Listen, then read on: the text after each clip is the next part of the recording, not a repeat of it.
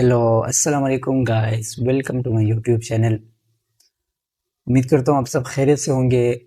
पिछली वीडियो में हमने पढ़ा था कि व्हाट इज़ रेडियोलॉजी, रेडियोलॉजी क्या होता है, और उसके बाद हमने कहा था कि अगले वीडियो में हम बेसिक ऑफ रेडियोलॉजी के बारे में पढ़ेंगे। तो आज हम पढ़ने जा रहे हैं रेडिएशन के हवाले से कि रेडिएशन क्या होते हैं, क्योंकि हमारे पास रेडियोलॉजी फील्ड में रेडिएशन बहुत ज़्यादा अहम रोल अदा करता है।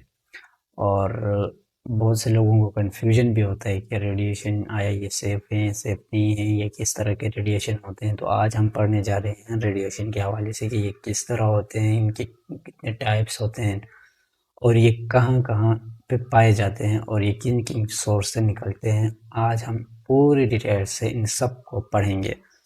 तो आइए स्टार्ट करते हैं कि what is radiation. Radiation is energy that comes from a source and travels through space at the speed of light. Radiation हमारे पास बेसिकली एक एनर्जी होता है जो हमारे पास किसी सोर्स से आता है और स्पेस में ट्रेवल करता है स्पीड ऑफ लाइट में। And radiation is the emission and propagation of energy through space or matter in the form of waves or particles. यह हमारे पास जो है या तो वेव फॉर्म में होगा या हमारे पास पार्टिकल के शक्ल में होगा। वेव फॉर्म में तो होगा तो वो हमारे पास इलेक्ट्रोमैग्नेटिक वेव्स पे होगा, और या तो हमारे पास पार्टिकल्स के फॉर्म पे होगा।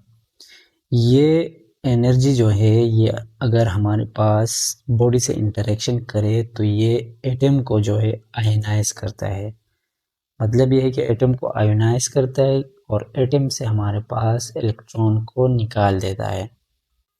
अगर सिंपल अल्फाज में कहें तो ये वो प्रोसेस है जिसमें हमारे पास एनर्जी एक जगह से दूसरी जगह ट्रेवल करती है बगैर किसी डायरेक्ट कांटेक्ट के, और वो एटम को आयोनाइज करता है और वहाँ से इलेक्ट्रॉन को रिमूव करने की सलाहियत रखता है, जिसे हम रेडिएशन कहते हैं। और जो वो एनर्जी है वो हमारे पास इलेक्ट्रिकल फील्ड में भी हो सकते हैं और मैग्नेटिक फील्ड में भी हो सकते हैं। अगर हम क्लासिफिकेशन ऑफ रेडिएशन की बात करें तो ये हमारे पास दो क्लासिफिकेशन में डिवाइड होता है, और वो है particulate radiation and electromagnetic radiation, जिसे हम EMR भी कहते हैं। आइए जानते हैं कि पार्टिकुलेट रेडिएशन क्या होती है। Radiation of energy by means of subatomic particles such as protons, neutrons and high-speed electrons. ये एनर्जी सब एटॉमिक पार्टिकल्स में होते हैं, जैसे कि हमारे पास प्रोटॉन है, न्यूट्रॉन है और इलेक्ट्रॉन होते हैं। पार्टिकुलेट रेडिएशन जो होते हैं ये मास वाले पार्टिकल्स होते हैं। Alpha and beta are two common types of particulate radiation. Alpha और बीटा हमारे पास पार्टिकुलेट रेडिएशन के टू कॉमन टाइप्स होते हैं। और अल्फ़ा जो हमारे पास है वो लो पेनिट्रेशन करता है, वो 5 to 7% of speed of light से ट्रेवल करती है, यानी कि स्पीड ऑफ लाइट से कम ट्रेवल करती है 5 to 7%। और बीटा जो हमारे पास है वो मीडियम पेनिट्रेशन करता है, और वो हमारे पास near by the speed of light भी कह सकते हैं, यानी कि स्पीड ऑफ लाइट के करीब ट्रेवल करता है लेकिन फिर भी इक्वल नहीं है, उससे कम ट्रेवल करती हैं, यानी कि 90% ऑफ स्पीड ऑफ लाइट से ट्रेवल करती हैं। और जो हमारे पास न्यूट्रॉन्स जो होते हैं वो हाईली पेनिट्रेटिंग होते हैं, यानी कि उनका पेनिट्रेटिंग एबिलिटी जो है वो बहुत ही ज़्यादा है। इसमें मास या चार्ज होते हैं और स्पीड ऑफ लाइट से कम ट्रेवल करती हैं। अब देखते हैं कि EMR क्या होती हैं। हमारे पास इलेक्ट्रोमैग्नेटिक रेडिएशंस क्या होती हैं। EMR is an electric and magnetic disturbance traveling through space at the speed of light. ये हमारे पास बरक़ी और मक़नातीसी खलल होते हैं और रोशनी की रफ्तार से खला में ट्रेवल करती हैं। It contains neither mass nor charge but travel in a packet of radiation energy called photon or quanta. इसमें ना तो मास होता है और ना ही कोई चार्ज होता है, बल्कि रेडिएशन हमारे पास पैकेट ऑफ एनर्जी के फॉर्म में ट्रेवल करते हैं, जिसे हम फोटोन या क्वांटा भी कहते हैं। अब हम EMR के कुछ एग्जांपल्स की मदद से इसे समझने की कोशिश करेंगे कि EMR के एग्जांपल्स जो हैं वो सबसे पहले है radio waves, microwaves, ultraviolet lights, infrared rays, gamma rays and ready X rays. ये लेस मास होते हैं और ये वेव की फॉर्म में ट्रेवल करती हैं। इसमें जितनी ज़्यादा फ्रीक्वेंसी होगी उतना ही हमारे पास ज़्यादा एनर्जी होगा। Different EMR have different frequency and different wavelength. हमारे पास इलेक्ट्रोमैग्नेटिक वेव्स अगर मुख्तलिफ होंगे तो उसकी मुख्तलिफ फ्रीक्वेंसी होगी, मुख्तलिफ वेवलेंथ होगी। जैसे कि हमारे पास रेडियो वेव है, माइक्रोवेव्स है, उसकी फ्रीक्वेंसी, उसकी वेवलेंथ हमारे पास डिफरेंट होंगी। इनको हम इलेक्ट्रोमैग्नेटिक स्पेक्ट्रम के ज़रिए समझ सकते हैं। जो नीचे गए जो टेबल है इसकी मदद से आप जान सकेंगे कि इनमें डिफरेंट फ्रिक्वेंसी और डिफरेंट वेवलेंथ किस तरह होती है। इसके बाद हम पढ़ेंगे टाइप्स ऑफ रेडिएशन के बारे में on the basis of ionization. Ionization के बेस में हम रेडिएशन के टाइप्स पढ़ेंगे। तो सबसे पहले हमारे पास जो है वो है आयोनाइजिंग रेडिएशन और दूसरे नंबर पर है non ionizing radiation. Ionizing radiation क्या होते हैं? Ionizing radiation type of radiation which has high energy radiation that has enough to remove an electron from an atom. ये वो रेडिएशन होते हैं जिसका एनर्जी हमारे पास बहुत ज़्यादा हाई होता है और वो एटम से इलेक्ट्रॉन को रिमूव करने की सलाहियत रखते हों। इस तरह के रेडिएशन जो इलेक्ट्रॉन्स को रिमूव करें और वो रिमूव करने की सलाहियत रखें, जिनकी हमारे पास एनर्जी बहुत ज़्यादा हाई होगी, तो इस तरह के रेडिएशन को हम क्या कहेंगे? आयोनाइजिंग रेडिएशन कहेंगे, जो हमारे पास एटम को आयोनाइज कर सकें।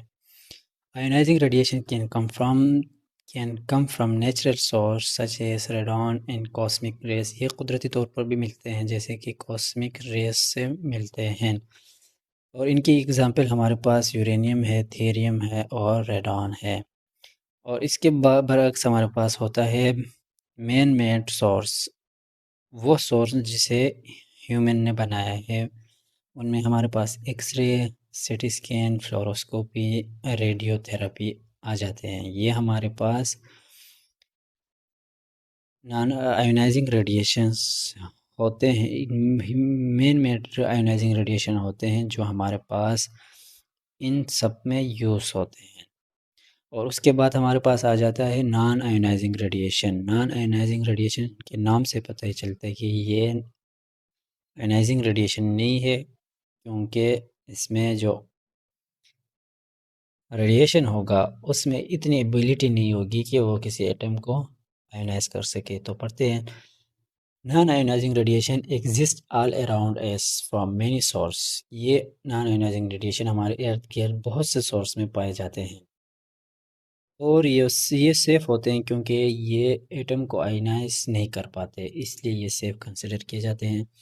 रेडियो फ्रीक्वेंसी रेडिएशन हमारे पास यूज़ होते हैं बहुत ज़्यादा ऑब्जेक्ट्स पे, लाइक हमारे पास माइक्रोवेव्स हो गए, इंफ्रारेड हो गए, यूज्ड इन हीट लैम्प के लिए होते हैं, और अल्ट्रा वायलेट्स रेस होते हैं। ये रेस हमारे पास, ये जो रेस होते हैं ये हमारे पास नॉन आयोनाइजिंग रेडिएशंस होते हैं। इनमें ये एबिलिटी नहीं होती किसी एटम को आयोनाइज कर सकते कि किसी एटम से इलेक्ट्रॉन को रिमूव कर सके। ये किसी भी एटम से इलेक्ट्रॉन को रिमूव करने की एबिलिटी नहीं रखते। इसके बाद हम पढ़ेंगे कि use of radiation in medical field. Medical field में रेडिएशन की क्या यूज़ होती है और उसे हम किस तरह यूज़ करते हैं और कौन कौन से मॉडलिटीज़ हैं उसमें हम आयोनाइजिंग रेडिएशन यूज़ करते हैं। यूज़ की बात करें मेडिकल फील्ड में, तो ये दो तरह से यूज़ होते हैं रेडिएशन का। एक जो है वो डायग्नोस के लिए यूज़ में आ जाता है और दूसरा जो है ट्रीटमेंट के लिए यूज़ होता है। रेडिएशन मेडिकल फील्ड में दो तरह इस्तेमाल में लाया जाता है। तो radiation has been used to create visual image of the inside of the body to diagnose medical conditions, many condition like bone fractures to heart disease. अगर डायग्नोसिस की बात करें तो वो रेडिएशन हमारे पास ह्यूमन बॉडी की विजुअल इमेजेस हमें प्रोवाइड करता है इनसाइड द बॉडी के। तो उसकी बिना पर हम किसी भी कंडीशन में किसी भी कंडीशन वाली डिजीज़ की डायग्नोस हम कर सकेंगे। और ये रेडिएशन हमारे पास बोन फ्रैक्चर से लेकर हार्ट डिजीज़ तक भी यूज़ में लाया जाता है डायग्नोस के लिए। तो इसकी जो बेनिफिट्स है वो ये है कि ये बोन फ्रैक्चर को हमारे पास विजुअलाइज करता है, और हत्ता कि हार्ट डिजीज़ में भी रेडिएशन की एक अहम रोल हो जाती है। उसे हम आगे डिटेल्स में पढ़ेंगे। और अगर हम ट्रीटमेंट की बात करें तो इन nuclear medicine procedures help to detect and treat disease by using a small amount of radioactive materials called radiopharmaceuticals are also used to treat disease by shrinking tumors and cancer cells। अगर treatment में बात करें तो ये हमारे पास radiation जो है वो न्यूक्लियर मेडिसिन में इस्तेमाल में लाया जाता है, जो कि हमारे पास डिटेक्ट करता है डिजीज़ को, और उसमें यूज़ होता है जो हमारे पास रेडियो एक्टिव मटेरियल्स होते हैं जिसे हम फार्मास्यूटिकल्स कहते हैं, उनको हम यूज़ में लाते हैं और उनकी मदद से हम डिजीज़ को ट्रीट करते हैं। किस तरह से ट्रीट करते हैं? अगर लाइक हमारे पास ट्यूमर है तो उसको हम रेडिएशन देते हैं, उसकी वजह से वो ट्यूमर या कैंसर जो है उसकी सेल की डेथ हो जाती है, तो वो हमारे पास श्रिंक हो जाता है। इसी तरह रेडिएशन की मदद से हम ट्रीटमेंट कर सकते हैं। सो गाइस, यहाँ तक था आज का वीडियो। तो अगले वीडियो में हम इंशाल्लाह एक्सरे इंटरेक्शन विद मैटर के बारे में बात करेंगे। तब तक अपना बहुत सारा ख्याल रखें। अगर आप चैनल को सब्सक्राइब नहीं किए हैं तो चैनल को सब्सक्राइब करें, लाइक करें और शेयर करें, और अपनी दुआ में ज़रूर याद रखें। अल्लाह हाफिज़।